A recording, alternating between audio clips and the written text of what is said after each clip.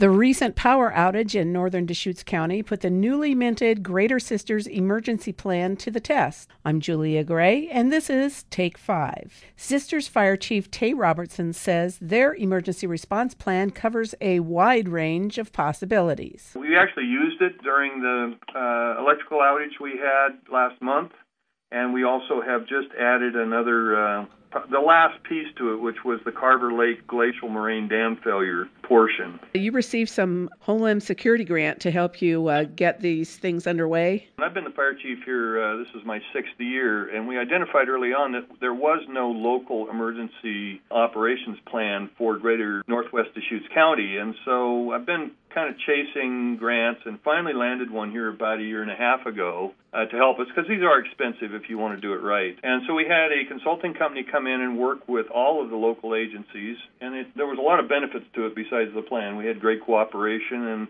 an opportunity for all of the agencies, City of Sisters, ODOT, ODF, Forest Service, all the fire districts, quite a few players, and all of those folks got an opportunity to work together. So it helped, too, when we have the real thing happen. We'd be a lot more familiar and able to just hit the ground running. You were able to use this as recently as a few weeks ago when you had the big electrical outage. And how did the plan perform? The plan did extremely well, and we did open up our emergency coordination center here in Sisters, and also the county responded with their emergency operations facility at the Sheriff's Department. And so we coordinated to get resources and good information out. And fortunately, that emergency was mitigated fairly soon. It was a 24-hour emergency, but we were planning on the worst-case scenario with people being basically frozen out of their homes and large amounts of people that we might have had to evacuate. So the plan worked quite well. We followed all of the steps, and sometimes when you get in these emergencies and you have thousands of inputs, it's great to have a plan in place that allows you to move forward logically and address all the issues. Now, where is your emergency headquarters? Well, we have, of course, the county has an emergency operations center and a multi-agency coordinating center all in the same place at the Sheriff's Department. But we have our, what we call ECC, Emergency Coordinating Center, here at the Fire Department in Sisters. And we have backup power and the capability to do multiple phone lines, television, computers, and all those things when, maybe power's gone and we have major problems.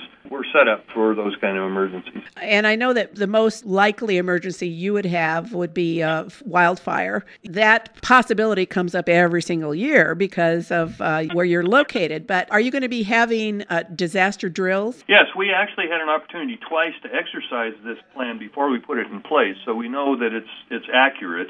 And then our intent is to have regional disaster drills, at least annually or every other year.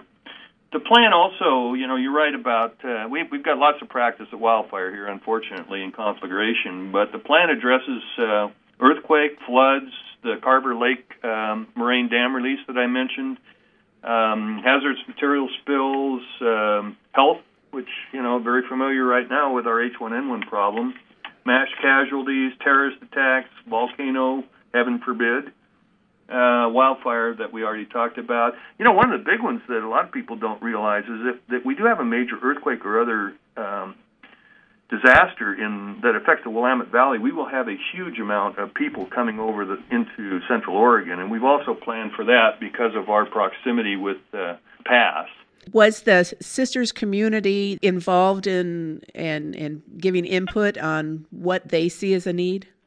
Absolutely, and there was a public input portion throughout this. It was advertised. We did have a number of meetings and did have some of the public there to talk about their concerns, and then based on our identification of the various hazards, and then we worked through the plan to mitigate with the public input in mind. But above all, I think the message is that we'll continue to exercise this plan and refine it as we find things that need improvement, and that the public is in good hands, I think, in terms of emergency response in Central Oregon. Take 5 is a production of 1110 KBND Radio News. Depend on us.